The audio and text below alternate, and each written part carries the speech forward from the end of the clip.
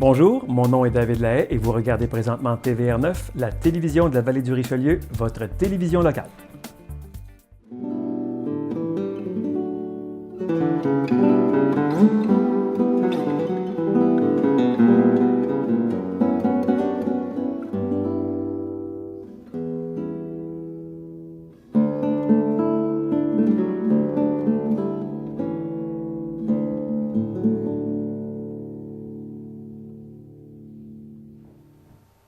Bonjour, bienvenue à Vallée des Arts. Ici Gaëtane Voyer. Mon artiste invitée cette semaine est une artiste pour qui la couleur joue un rôle très important dans sa pratique. Je vous présente Lynn Blouin. Bonjour Lynn.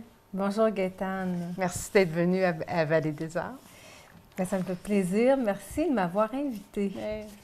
Lynn, toi, tu as commencé assez jeune à faire de la peinture ou de l'art, mais c'est pas tout de suite, c'est vraiment la poésie qui a été un déclencheur pour toi. Oui, je dirais que les mots sont arrivés très tôt. L'amour des mots est arrivé tôt, au primaire, mais c'est plus au moment de l'adolescence où je me suis mis à écrire, puis à trouver l'agencement des mots, à harmoniser les mots par la poésie. Et c'est vraiment, je dirais, oui, c'est au primaire ou au début du secondaire où j'ai eu à réciter le poème Sylvie aux pleurs d'Émile Nellegan dans un cours, mais probablement que l'enseignante, elle était très, très, très une bonne pédagogue parce qu'elle m'a vraiment transmis l'amour de la poésie. Et à ce moment-là, j'ai commencé à écrire de la poésie dans des carnets, dans ma chambre. Alors, ça a été vraiment la découverte pour moi de la beauté des mots. Mm-hmm. Puis, par la suite, tu as découvert la peinture, je pense, avec l'acrylique. Oui. Alors, les mots ont toujours été là, mais l'acrylique est arrivé, je dirais, presque par accident. Et quel bel accident! Donc, j'ai eu un coffret de tubes acryliques qui m'ont été offerts et dans un contexte d'été, dans un chalet, j'ai fait une première toile. Et j'ai vraiment touché à l'intérieur de moi le plaisir de peindre. La couleur, c'était très naïf, je peux t'assurer. Mais c'est le plaisir que j'ai touché qui m'a animée à ce moment-là et qui m'a appelée à aller vers des cours privés, tout ça, pour développer ma créativité, mais surtout le plaisir. C'est vraiment basé sur le plaisir de peindre. C'est intéressant. Puis en plus, tu es allée te chercher une formation, tu as une maîtrise en art visuel, en création. Oui. Donc, tu es très bien outillée. Oui, parce que dans un premier temps, j'ai peint ce que je voyais, donc les paysages, tout ce qui était à l'extérieur de moi. Puis à un moment donné, j'ai vraiment eu le goût de peindre autre chose, de peindre ce que je portais en dedans, mais là, je le nomme comme ça, mais je ne le nommais pas comme ça à ce moment-là. Et c'est à travers, finalement, un désir d'aller à l'université en art. Donc, j'ai développé cette introspection-là et d'aller à l'intérieur voir toute la résonance que j'avais en lien avec l'identité féminine. Donc, c'est vraiment à l'université, au bac, et ensuite à la maîtrise, que j'ai développé une pensée en lien avec l'identité féminine et que je l'ai transposée dans ma pratique artistique. Parce que la thématique des femmes, de la femme, est vraiment très, très, très importante pour toi. Là. Je pense qu'elle t'a suivi dans tout ton parcours. Oui, oui. Je ne sais pas qui a rencontré qui, finalement. Je ne sais pas si c'est ce sujet qui m'a rencontré ou je l'ai rencontré, mais c'est vraiment un rendez-vous qu'on a eu à un moment donné. Parce que je me suis mise en scène moi-même dans le parcours universitaire et par la suite, les années qui ont suivi, je me suis mise en scène moi-même par la photographie et mon sujet était tourné vers comment l'identité des femmes se construit en comparaison, par exemple, avec la relation avec la mère. Donc, je me suis mise en scène en relation avec ma mère. Donc, tout mon travail, je dirais picturalement, s'est transmis avec la photographie, mais je dirais des techniques mixtes, des installations où le sujet, par exemple, un titre d'exposition, La femme de ma vie. Donc, ce sujet-là, c'était vraiment la relation avec la mère. Oui, et par la suite, j'ai peint dans des rassemblements de femmes, j'ai peint sur les mots des femmes, sur mes propres mots. Mais depuis, je dirais, près de 30 ans que ce sujet-là est avec moi, oui, vraiment. Et puis, tu as exploré aussi, on parlait d'acrylique qui a fait partir la chose, mais différents médiums, là, parce que tu viens juste d'en parler un petit peu aussi. Tu as vécu comment tout ça? Est-ce que tu utilises, c'est vraiment l'acrylique qui est ton médium de prédilection ou si tu peux aller d'un médium à l'autre?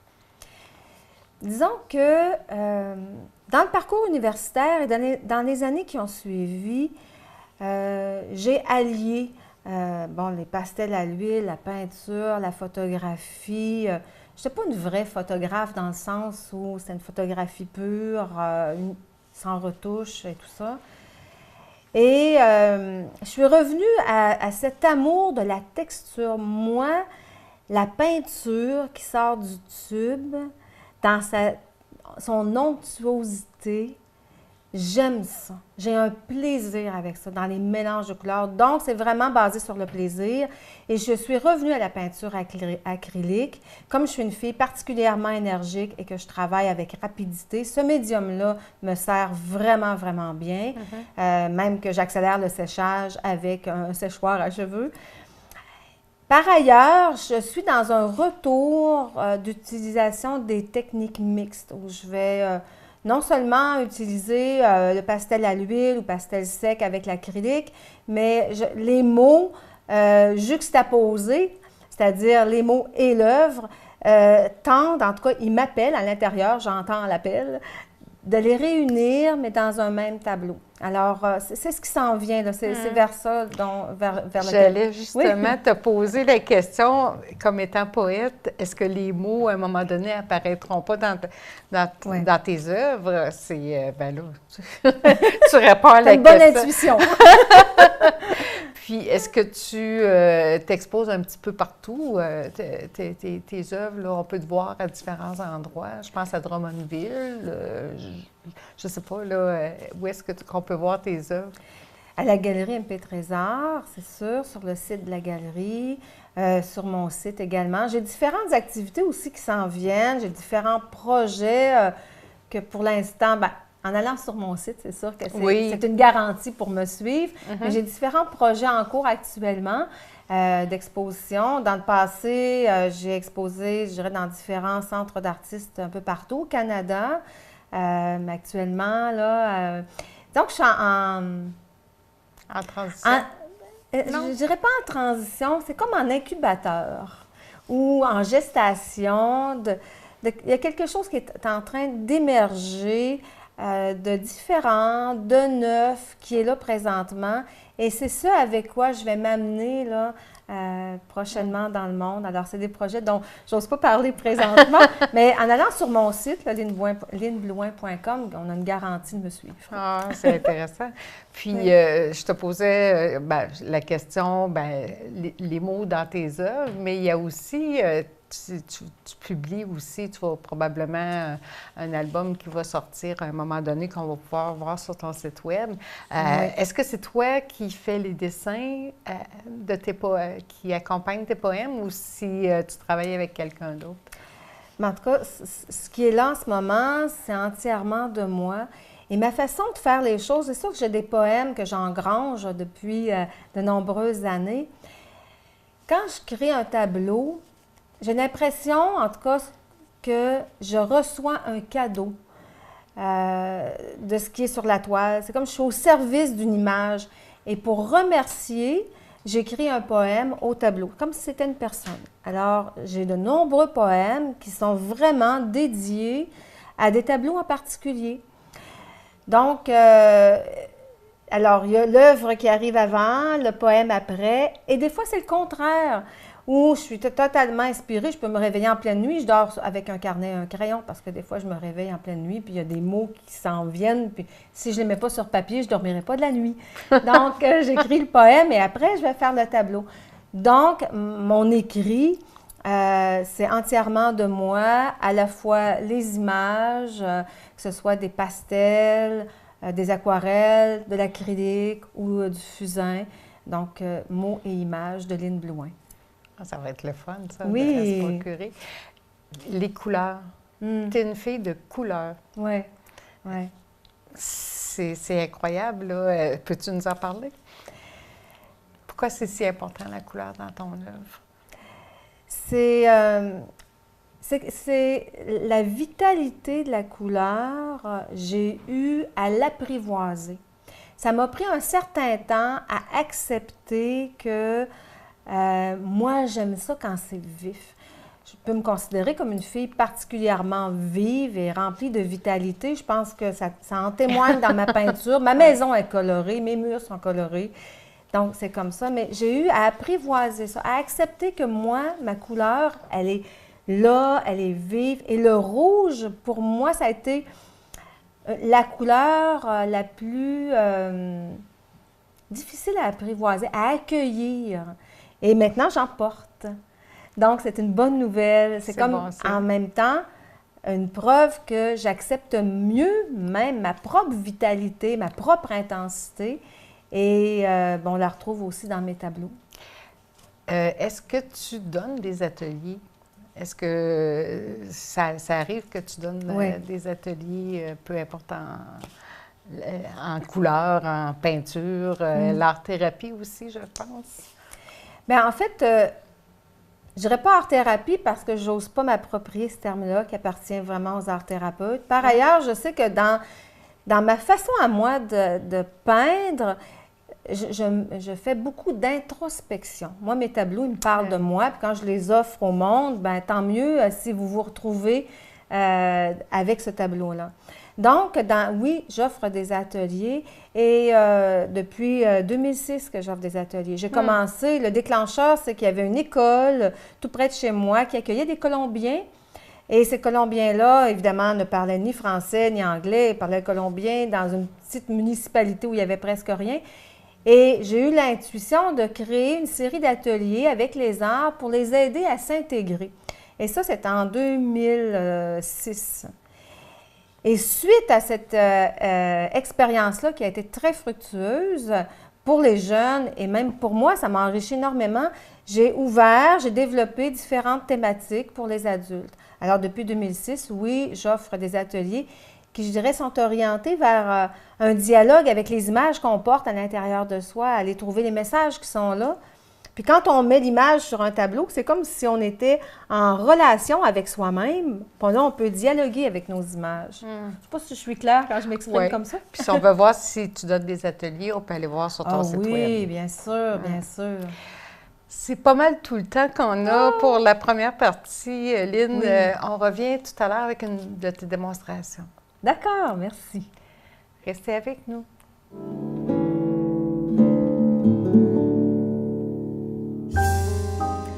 La télévision de la Vallée du Richelieu veut assurer un service télévisuel diversifié, dynamique et adapté tout en répondant aux intérêts et aux besoins de la communauté. C'est pourquoi nos émissions sont l'expression diverse d'opinions et d'idées. De plus, cet organisme favorise la relève et valorise la créativité et l'originalité de chacun. TVR9 offre à toute la collectivité de la Vallée du Richelieu des moyens efficaces de communication. Toutes nos émissions figurent sur le site web. Faites-nous part de vos commentaires. Bonjour, ici Marie-Ève Gaudreault. Chaque semaine, soyez à l'écoute de Rencontres, une émission où je reçois des artistes et des personnalités importantes de la région. Dans ces 30 minutes, vous serez plongé au cœur des confidences, de rire et de pur bonheur. C'est donc un rendez-vous chaque semaine sur les ondes de TVR9, la télévision de la Vallée du Richelieu.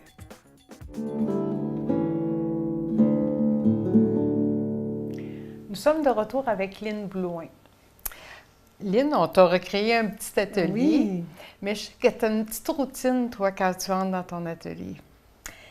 Bien, ma routine, c'est... d'abord, c'est sûr que je place toutes mes choses. Ici, je n'ai qu'un échantillonnage, bien sûr, parce que mon atelier, chez moi, c'est grand, la table est grande. Alors, je suis très contente déjà qu'on me fasse une belle place ici. Et il y a de la musique. Il y a toujours de la musique dans mon atelier. Et bien souvent, je quitte mon lieu de travail pour aller danser, puis je reviens. Alors... je suis assez active dans mon atelier. Oui. Ma routine, c'est, d'une part, pour débuter un tableau, je vais prendre un temps de méditation. Je vais aller méditer, je vais aller voir à l'intérieur de moi qu'est-ce qui vient, qu'est-ce qui a le goût. Et en ce moment, de façon générale, ce qui est là, c'est ce qui se passe dans ce qui s'élève, ce qui émerge, comme les tableaux qui sont derrière moi, c'est ce qui monte. Voilà, alors c'est dans un élan. C'est pas tant une image comme un élan. Oui. Donc, ce que tu tentes de reproduire sur tes toiles à ce moment-là. Oui, tout à fait. Oui. Tu as déjà commencé un tableau que je trouve magnifique, même juste comme ça. Je vois que tu utilises du mortier ou non? Bien, oui, dans ce cas-là, oui. En fait, ce tableau-là, comme une série, avec le tableau qui est derrière moi aussi, c'est une série inspirée des craques de trottoir, c'est-à-dire des fissures dans les trottoirs. La voirie va venir mettre des patchs, comme on dit, là, de chaque côté pour... Avec le papier de toilette, là, aussi souvent, là, Moi, maintenant, non, c'est pas tellement avec le papier de toilette, mais avec comme de l'asphalte. Oui. Et on a vraiment la craque de trottoir, la fissure du trottoir et la patch de chaque côté. Et moi, ça m'inspire énormément. On dirait que le trottoir dans ma rue est parsemé d'arbres. Alors, c'est vraiment ça. Donc, moi, ce que j'ai fait, c'est que j'ai pris des photos de ces craques de trottoir-là. Donc, ici, on a... Finalement, j'ai reproduit ce qui s'élève pour moi, comme un arbre qui s'érige. Et pour reproduire la patch de la craque de trottoir, c'est que j'ai utilisé justement de l'empâtement. J'en ai mis là, selon une des craques de trottoir qui m'a inspirée. Et après séchage, ben là, voilà, là, je suis en train de mettre de la couleur. Et c'est sûr que ça prend une toute autre dimension. On est très loin, là. Si je ne vous l'avais pas dit, vous n'auriez pas dit « Ah ouais, on reconnaît la craque de trottoir. C'est pas le cas du tout. Non, mais c'est vraiment une source d'inspiration. Oui. Ben, pourquoi pas? Oui. Puis là, tu as décidé de l'amener pour ta démonstration pour ajouter certaines couleurs, parce que le tableau n'est pas fini. Oh non, il est loin d'être fini. Puis en fait, je ne sais pas quand il est fini, c'est lui qui me le dit. Mais une chose qui est sûre, c'est que moi, j'y vais vraiment par couche, tout le temps par couche. Et je travaille au pinceau, donc on va voir ici que la majorité des pinceaux que j'ai, c'est des pinceaux en poils de porc. C'est des pinceaux finalement, tu sais, pour la peinture à l'huile. Mais moi, j'adore, je peins par frottement. Alors, c'est très rare que je vais appliquer une couche de peinture, je vais frotter. C'est de couche en couche, finalement, que je monte la toile et que le meilleur d'elle-même émerge. Alors, c'est parti? Oh, ben oui, vas-y donc. Alors là, j'ai mis un peu de couleur sur ma palette, mais j'avoue sincèrement que j'y suis allée avec... Parcimonie? Avec parcimonie et donc, comme je suis une fille qui aime bien l'abondance, on va y aller comme ça. Alors, je vais retourner ici dans des zones que j'avais déjà. Là, tu vois, j'ai pris une couleur brute, vraiment du tube. Tu n'as pas fait de mélange, là. Il m'arrive de faire des mélanges, mais la majorité des mélanges que je fais, je les fais directement sur la toile. Ah, bien. Oui. Ouais. Puis là, bien, je vais aller accentuer ici pour aller retrouver les intensités. Disons que le terme serait juste, je dirais que je travaille par intensité pour aller... Puis ce genre de pinceau-là se prête bien à l'utilisation que tu en fais là, avec le frottement. Oui, j'adore ça. Et si j'en ai beaucoup, bien, j'en ai pas beaucoup en fait. J'aimerais en avoir plus parce qu'à un moment donné, il va être utilisé en bleu, en rouge, puis bon, j'en achète toujours un de temps en temps. Et ce qui est important pour moi quand je peins, c'est de créer un peu comme dans la musique. Tu sais, dans la musique, il y a des moments forts où il y a plusieurs instruments. Il y a des moments qui sont beaucoup plus calmes. On pense à la musique classique ou dans des partitions, il y a inévitablement des silences. Donc, on a besoin dans la peinture, pour moi, d'avoir des moments où ça entre en force, où il peut y avoir des cuivres, mais des moments aussi il y a des silences. Donc, par exemple, dans cette zone-ci, bien, pour moi, ça, c'est une zone de silence dans laquelle je suis en train de peindre. Ça va être des zones de silence, des zones plus calmes. Parce qu'ici, c'est clair que c'est une zone où il y a plus de bruit. Et ce que je veux, finalement, dans mon tableau, c'est pas de créer une cacophonie. C'est d'amener aussi la personne qui regarde à entrer dans le tableau. Mais si je lui envoie trop de bruit tout d'un coup, elle ne pourra même pas entendre la beauté du tableau, son message. Elle va être submergée par trop d'informations. Fait que ça fait partie d'un souci que j'ai, en fait. Ouais. Regarde, oh, j'aime ça, le turquoise. Je dirais que c'est... Et ce que j'aime beaucoup... Bon, tu vois ici, là, la zone de silence, elle... comment je dirais? Il y a un chuchotement qui vient de s'installer à cause du mélange des couleurs qui est là. Oui. Donc, c'est vraiment une superposition de couleurs. Oui. Puis la couleur qui est derrière émerge quand même à un moment donné. Oui, oui. Et tu sais, Gaétane, que pour moi, les tableaux, c'est comme les humains. On est la somme de toutes nos expériences. Et moi, j'aime tellement ça, penser que mon tableau, en dessous, il y a une couleur même qu'on ne voit plus, mais qu'elle était nécessaire pour arriver à sa finalité. On est toutes comme ça, on porte toutes nos expériences, on est fait de multicouches, comme le tableau. Ouais. Qu'on ne laisse pas nécessairement transparaître, mais qui font ce qu'on devient finalement. Bien, ça crée notre richesse. Ouais. Oui, puis notre beauté aussi. Hein? Des fois, on voudrait bien se séparer du passé, que ça ne soit pas arrivé, mais ça fait de nous des personnes riches. Et unique. Et uniques. Tout à fait. Comme Oui. une œuvre d'art. Absolument, absolument. Tiens, je vais y aller un peu avec avec une autre couleur ici, parce que la couleur jaune aussi est très importante pour moi, parce que c'est une couleur, comme avec le blanc, c'est des couleurs qui portent la lumière. C'est important pour moi qu'il y ait de la lumière dans mes tableaux. C'est important de partager cette lumière-là avec les gens, parce qu'on en a besoin de la lumière. Des fois, ça va toucher l'âme, ça va faire du bien. Fait que c'est ça. Le jaune, pour moi, c'est une couleur lumineuse. Effectivement. Là, ici, bon, j'ai un jaune de nappe, là, mais on sait très bien qu'on pourrait se rencontrer dans quelques semaines. Je dirais, ben voilà le fruit de ce tableau-là. Ah, il a donc bien changé, là. Ouais. Effectivement. Ouais. Souvent, les artistes nous envoient leur tableau une fois terminé. Ça serait le fun que tu fasses la même chose, une image pour voir... Quelle bonne idée. Ouais. Ah, Bon. le petit rouge qui apparaît. Oui, ça, c'est rendu un élément nécessaire, le rouge, pour moi. Le rouge, c'est relié à la force de vie, c'est relié à on pourrait dire que c'est relié à la naissance, mais c'est vraiment relié à la vie, à la vitalité, à la force. Ouais. Maintenant, ça m'en prend un peu. Là, tu vois, je le mets de façon aléatoire, mais même si je te parle, je ne suis pas distraite de mon tableau. C'est que je fais comme, OK, il me semble que c'est là que ça va. Puis tantôt, peut-être que je vais mettre une autre couleur par-dessus parce que ça va... En même temps aussi, comme dans un orchestre, il y a des instruments qui se font écho.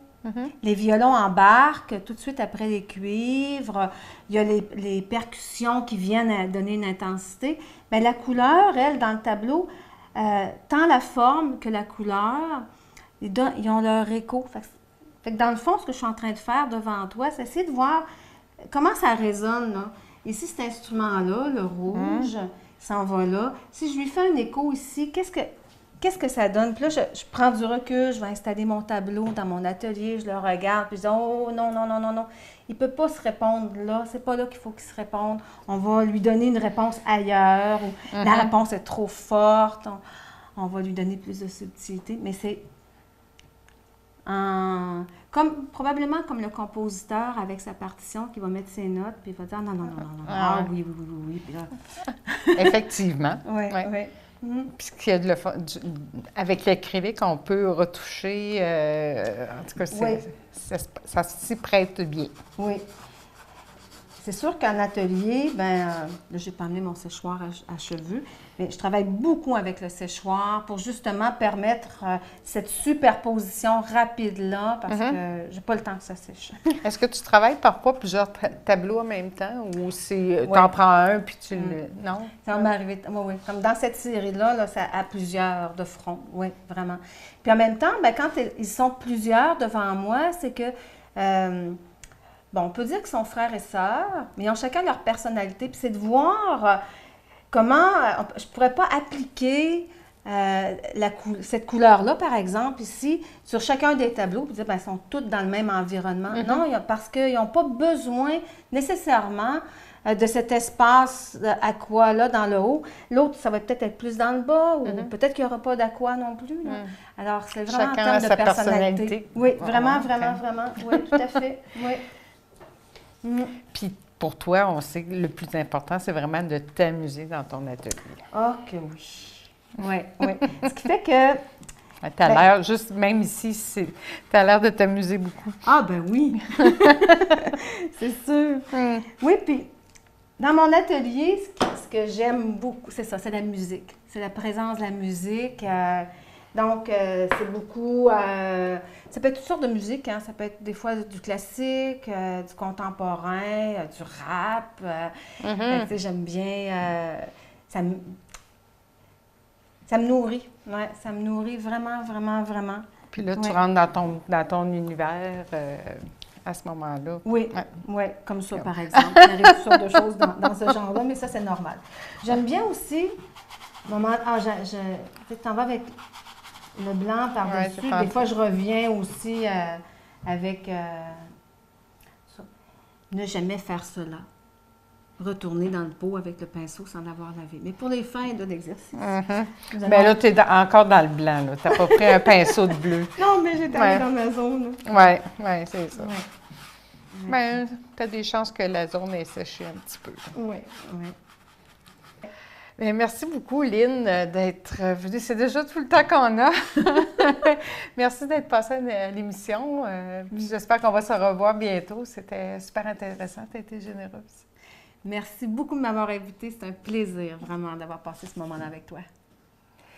Merci à vous aussi d'être resté avec nous. On se revoit la semaine prochaine avec un nouvel artiste invité.